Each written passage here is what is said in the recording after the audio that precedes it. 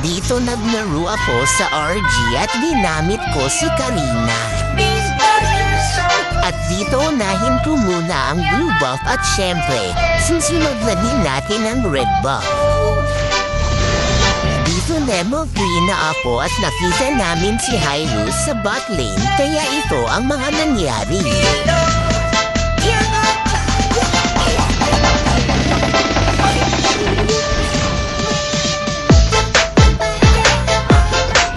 At yun na nga bumalik si Hyrule at sinama na ang mama at papa niya. Pero di natin yan naatrasan. At dahil sa pagtangka nilang pag-atake sa tore namin, may ibibigay ako sa kanilang tatlo ang mahiwagang elevator papuntang langit.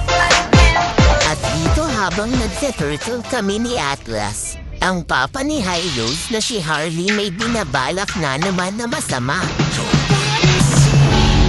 At ayun nga, dahil retry gods tayo, nakuha natin yung turtle. MP expert! At dito nga nag-aabang ako na mag-set si Atlas. Kaso natakot ang mga kalaban, kaya umalis na lang ako. At nang matapos na po mag-ikot sa barangay namin, nakita ko na naman si Hyrule at kasama ang nanay niya na nanghuhuli ng pulakan kaya ito ang nangyari sa kanila.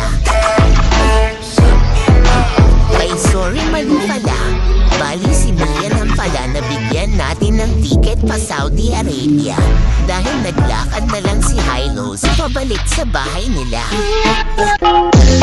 At dito naman may nakita na naman si Atlas na pasandala kaya ito ang nangyari sa pasandala.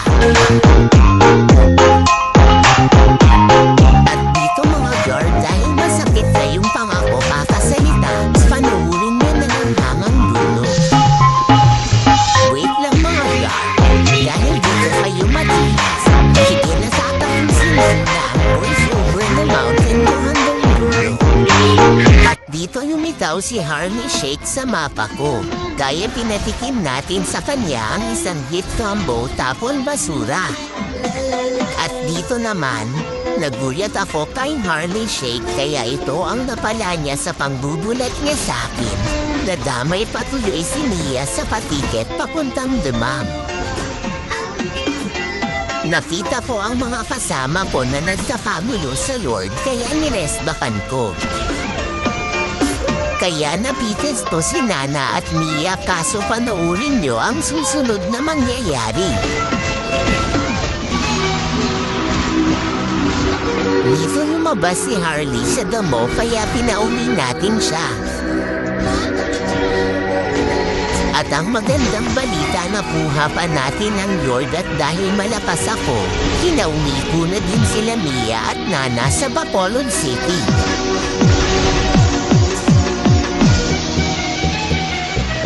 Dito dahil di ko na alam ang sasabihin, manood na lang kayo.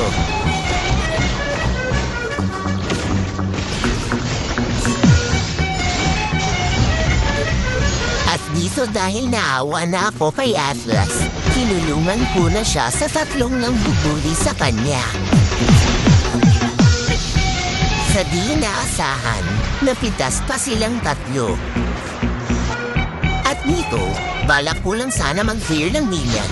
Kaso lumitaw ang kampan ng kadiliman kaya binura natin siya sa mapa. At dito dahil lamang na kami sa mga kalaban, di na kami umatros sa flash kaya napitas po si Mia.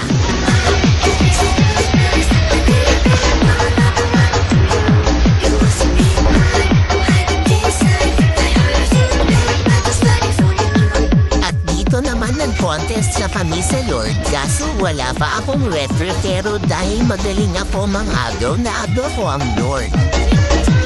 At napatay pa natin si Hyrule at Mia kaso sa kasawiang palad na matay din ako.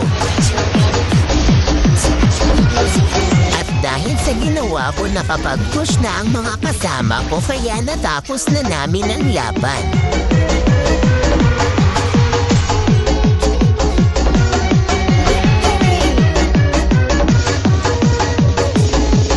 Sa Salamat sa panonood mga gal.